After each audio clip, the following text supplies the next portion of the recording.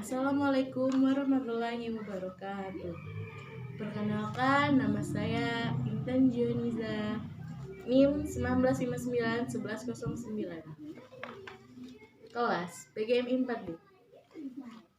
Baiklah, di sini saya akan menjelaskan tentang kisah Nabi Ayub kepada adik saya sendiri.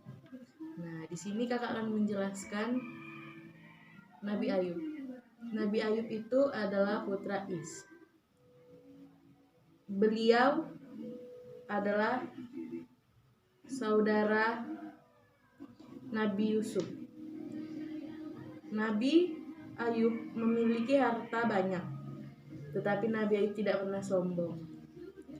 Nabi Ayub adalah nabi yang terkaya sebab ia memiliki ternak yang sangat banyak, sawah amat luas, dan Nabi juga dikaruniai anak yang banyak. Nabi Ayub menyadari bahwa harta yang diberikan Allah kepadanya hanyalah suatu cobaan belaka. Untuk itu, Nabi tidak segan-segan memberikan sumbangan kepada anak yatim dan keperluan agama. Nabi Ayub lebih senang membantu para janda, orang miskin, daripada memberi hartanya untuk keperluan maksiat. Ia tidak pernah mengeluh sedikit pun jika cobaan datang bertubi-tubi. Nah, begitu pula ketika Nabi mendapatkan kenikmatan, Nabi pula tidak mengucapkan syukur kepada Allah. Nabi Ayub mendapatkan cobaan karena kesabarannya dalam menghadapi segala persoalan, maka iblis jadi iri hati kepada Nabi. Nah, ia ingin mencoba kesabaran itu dan meminta izin kepada Allah. Iblis yang dengki itu akhirnya dikabulkan Allah untuk menggoda Nabi Ayub. Sebab Allah ingin menunjukkan padanya bahwa hambanya yang bernama Nabi Ayub tidak pernah melupakan meskipun Nabi dalam keadaan sangat sulit. Tuhan ingin menunjukkan pada iblis bahwa Ayub adalah utusan Allah yang sangat sabar. Mula-mula Allah menguji Nabi Ayub dengan dikikiskannya harta yang melimpah itu. Sedikit demi sedikit, harta Nabi itu habis, sehingga kehidupan Nabi Ayub menjadi miskin. Orang tidak akan mengira akan kekayaan Nabi Ayub yang bisa habis dalam waktu singkat. Nabi Ayub tidak pernah mengeluh walaupun sedikit hartanya habis. Nabi tetap bertakwa sebagaimana biasanya. Dengan habisnya harta Nabi memperoleh keringanan. Sebab selama ini selalu merasa dosa jika lalai memberi santunan pada anak yatim. Tidak berapa lama setelah kejadian itu, Allah mencoba lagi dengan dimatikannya semua anak Nabi Ayub. Sebab iblis masih belum percaya dengan firman Allah yang menerangkan kesabaran Nabi Ayub. Tiap hari anaknya menderita sakit, kemudian meninggal. Begitu seterusnya sampai semua anak-anak tidak ada lagi yang hidup. Bagi orang awam, mungkin hal ini merupakan pukulan batin yang amat berat. Namun, bagi Nabi Ayub hanyalah cobaan, dan itulah ia tidak pernah meratapi kematian anak-anaknya.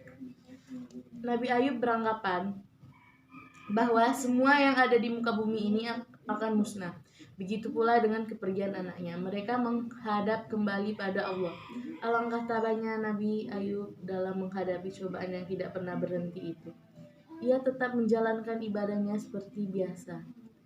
Ia tidak pernah mengeluh sedikit pun meskipun semua hartanya telah ludes dan anak-anaknya sudah tiada. Karena iblis belum puas dengan godaannya itu, maka iblis meminta Allah agar memberi cobaan berupa penyakit yang menimpa Nabi Ayub. Nah, penyakit itu seperti penyakit kulit, seperti kudis, dan termasuk penyakit yang berbahaya. Menurut sebuah riwayat Ibnu Katsir dalam tafsirnya, ialah yang sakit adalah anggota tubuhnya hanya akal dan pikirannya saja yang masih waras. Meskipun ia mendapat cobaan yang beruntun dan tidak pernah ada habisnya, Nabi Ayub tetap berada kepada Allah seperti biasanya. Hal ini membuat hati iblis semakin dengki. Ia sudah mencoba dengan segala upaya untuk menggoda Ayub agar tidak beribadah kepada Allah, namun usahanya selalu sia-sia. Nah, meskipun semua sahabatnya tidak ada lagi datang menjenguknya dan bahwa ia mendengar akan ocehan mereka, tidak membuat sakit hatinya. Ia bahkan semakin takwa kepada Allah. Ia yakin bahwa penyakit pasti terobati. Dan Nabi yakin bahwa semua itu adalah cobaan dari Allah. Pada mulanya ia bekerja di pabrik roti, namun hal itu tidak berlangsung lama seperti Nabi diberhentikan oleh majikannya. Pemberhentian ini dengan alasan takut ketularan penyakit yang diderita Nabi Ayub. Walau Nabi Ayub dilanda cobaan yang begitu berat, ia selalu mendekatkan diri kepada Allah. Nabi masih beribadah seperti sedia kala, meskipun tidak dapat berdiri lagi.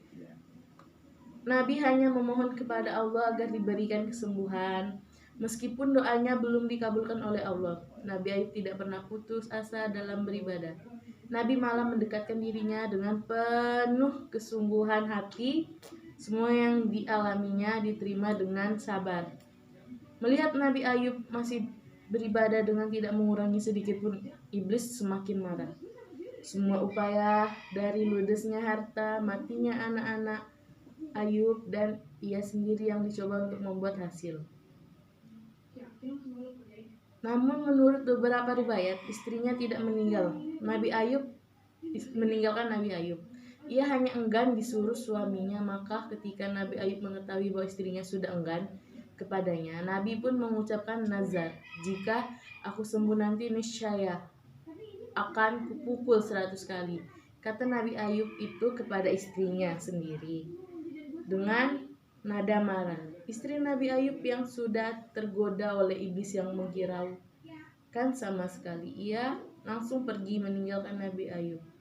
Ketika mengetahui istrinya tidak mau lagi melayani dan menunggunya, maka Nabi memohon kepada Allah agar disembuhkan. Firman Allah dalam surat Hud ayat 41 telah diterangkan mengenai penyakit yang diderita Nabi Ayub.